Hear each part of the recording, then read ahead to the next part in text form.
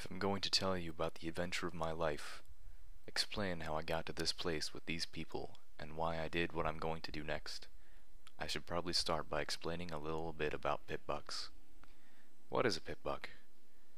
Pip-buck is a device worn on a foreleg just above the hoof, issued to every pony in a stable when they become old enough to start work. A blending of unicorn pony magic and science, your pip-buck will keep a constant measure of your health and even help administer healing poultices and other medicine, track and organize everything in your saddle packs, assist in repairs, and keep all manner of notes and maps available in a hoof tap. Plus, it allows you to listen to the stable broadcast whenever you would like, as it can tune into and decrypt just about any radio frequency. And that's not all. A pony's pip-buck generates an EFS, Eyes Forward Sparkle, that will indicate direction and help gauge whether ponies or creatures around you are hostile. And perhaps most impressively, a pip-buck can magically aid you in a fight for brief periods of time through the use of SATs, Stable Tech Arcane Targeting Spell. Oh, and a feature not to be forgotten, it can keep track of the location of tagged objects or people, including the wares of other pip-bucks. So if a pony somehow got lost, don't ask me how you could get lost in a stable, but it does happen on occasion. Then any pony who knew the lost pony's tag could find them instantly. It can even be made to glow like a lamp. So yes, pip-bucks really are a testament to unicorn pony arcane science. And yes, having a pip-buck is a big advantage.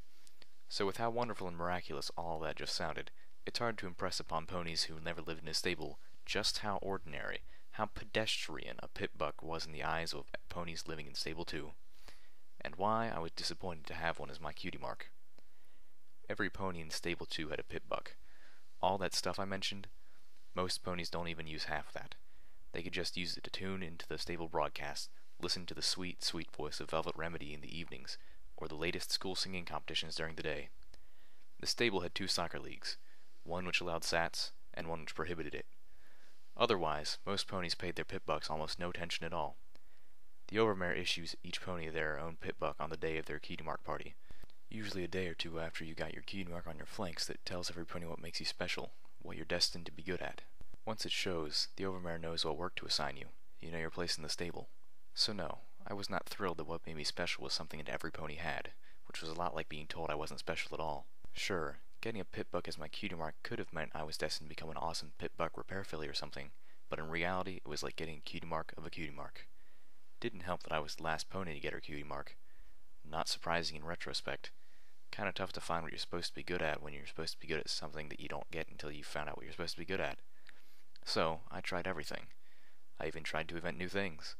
As a unicorn pony myself, my innate magic allowed me a level of fine manipulation that earth ponies didn't enjoy. Any pony can hold a key in their teeth and open a lock, but using multiple tools in a very delicate operation, that requires precision levitation. So I decided to learn to pick locks with a bobby pin and screwdriver, and I was even getting pretty good at it. Unfortunately, it didn't get me my cutie mark. It just got me in trouble. I even, to my humiliation, went through the CAT, cutie mark aptitude test, in hopes it would guide me to something that made me special. But no, my cat was utterly average, with only marginally higher scores in a couple areas, indicating that I might be suited for work as a pip-buck technician or a stable loyalty inspector.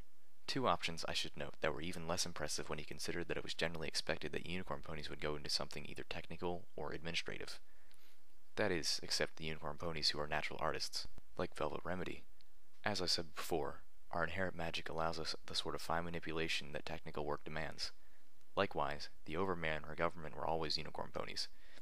It is the Overmare's unicorn magic, after all, that creates the false sunlight used to grow our underground apple orchard. And while our apples might not look like these beautiful red things in the old books, they are what keep us alive. It was only because they let me try my hooves at both positions that I gained access to a pip-buck before receiving my own. Otherwise I might never have gotten my cutie mark. Oh, my name is Little Pip. Go figure. I was given the name because I was the youngest and the smallest, and even my mother had the good sense not to call me Pipsqueak. Not that I don't love her, but when a filly's cutie mark is a glass of hard apple cider. Anyway, funny how names like that turn out sometimes. Pleased to meet you. Here's my story.